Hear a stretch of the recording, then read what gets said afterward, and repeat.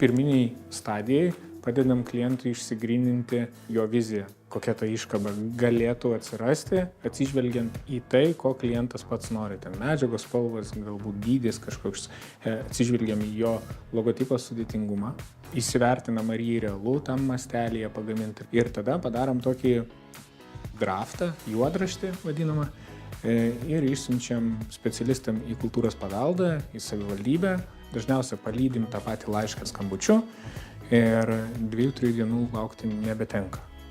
Tai jeigu samdot reklamos gamybos ir projektavimo įmonę, tai dažniausiai ta įmonė pasirūpina visais reikalingais leidimais ir derinimais. Tai va.